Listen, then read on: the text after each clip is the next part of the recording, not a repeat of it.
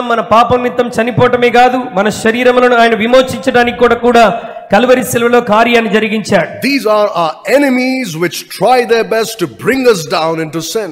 ఈ మూడు శత్రువులు మనల్ని విశ్వాస జీవితంలో నుండి వెనకకు లాగివేయడానికి నిత్యము ప్రయత్నం చేస్తూ ఉంటారు. And the Lord defeated all three of them on the cross. Calvary శిలువలో ఈ మూడు శత్రువులను కూడా దేవుడు ఆయన ఓడించి వేశాడు. And now he wants us to experience the efficacy of that victory on the cross in our day-to-day life. యేసుక్రీస్తు కల్వరి శిలువలో ఇచ్చినటువంటి ఆ విజయం యొక్క సమర్థతను మన అనుదిన జీవితంలో మనం అనుభవించాలని దేవుడు కోరుతున్నాడు. That's why we are talking about the world. అందుకొరకే లోకాన్ని గురించి మనం మాట్లాడుతూ వచ్చాం. Because the world is one of those enemies. ఆ మూడు శత్రువుల్లో లోకం ఒకటి, which the Lord has defeated on the cross. దానిని యేసుక్రీస్తు ప్రభువారు శిలువలో ఎప్పుడో ఓడించేశారు. But we must defeat in our day-to-day life. ఆయన ఓడించారు. ఇప్పుడు ప్రతిదినం మన దైనందిన జీవితంలో మనము లోకాన్ని ఓడించవలసిన వారమై ఉన్నాం.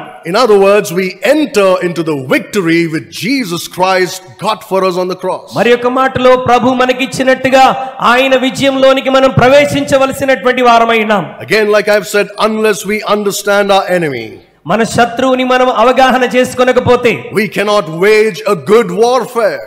మనం వాడికి వ్యతిరేకంగా మంచి పోరాటాన్ని మనం చేయలేం.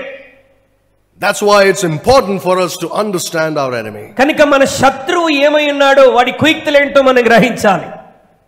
And sometimes Christians overlook some of these very simple things about the world. చాలా సందర్భాల్లో ఈ చిన్న చిన్న విషయాలను పట్టించుకోకుండా క్రైస్తవులు ముందుకు వెళ్ళిపోవడానికి ప్రయత్నం చేస్తుంటారు. Remember, Jesus spoke about the basic necessities of life.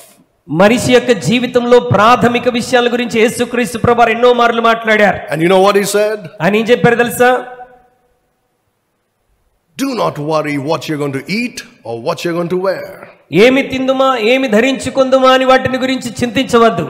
What is this, Lord? These are the very basic necessities of my life. మీరనవచ్చు, ప్రభువా వీటి గురించి చింతించకపోతే ఎలా? ఇవి నా జీవితానికి చాలా ప్రాథమికమైనటువంటి విషయాలు కదా. He says, don't worry about it. ప్రభు అంటున్నాడు, వాటిని గురించి నువ్వు చింతించనవసరం లేదు. Your Father knows that you have need of these things. ఇవన్నీ మీకు అవసరమని మీ పరలోకపు తండ్రికి తెలియనంటున్నాడు. The Gentiles seek these things. అన్యజనులు వాటిని గురించి చింతిస్తారు. In other words, the people of the world think like that. లేక లోకంలో ఉన్నటువంటి ప్రజలు వాటిని గురించి చింతిస్తారు. You seek the kingdom of God and his righteousness, and all these things will be added unto you. దేవుని ప్రజలైన మీరు ఆయన రాజ్యాన్ని నీతిని మొదలు వెదుకుడి, అప్పుడు అవన్నీ మీకు అనుగ్రహించబడతాయి. You see, Jesus wants us to have a distinct mindset from that of the world. మరి ఆ లోకము గురించి ఆలోచించేటువంటి సంగతుల నుండి మన మనస్సు వేరవ్వాలని దేవుడు కోరుతున్నాడు. The mentality of the world is worldly. మరి లోకంలో ఉన్నటువంటి ఆలోచన అది లోక సంబంధమైనటువంటిది. But the Christian's mentality should be a godly one. క్రైస్తవుల యొక్క ఆలోచన దైవికమైనటువంటిదిగా ఉండాలి. We have seen that the world uses various ways to manipulate the Christian's mind. క్రైస్తవుల జీవితాలను వారి మనస్సులను ప్రభావితం చేయడానికి లోకం అనేకమైనటువంటి పద్ధతులను ఉపయోగిస్తుందని మనం నేర్చుకున్నాం.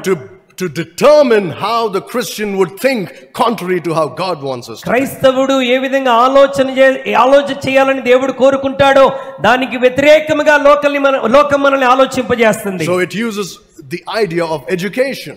మరి విద్యా విధానాన్ని ఉపయోగిస్తుందని నేర్చుకున్నాం. To manipulate the thinking, the mindset of the Christian. క్రైస్తవుల యొక్క ఆలోచన విధానాన్ని మార్చివేయడానికి లోకం విద్యా విధానాన్ని ఉపయోగిస్తుందని నేర్చుకున్నాం. It presents to the Christian its own idea of what success should be. మరి విజయం అంటే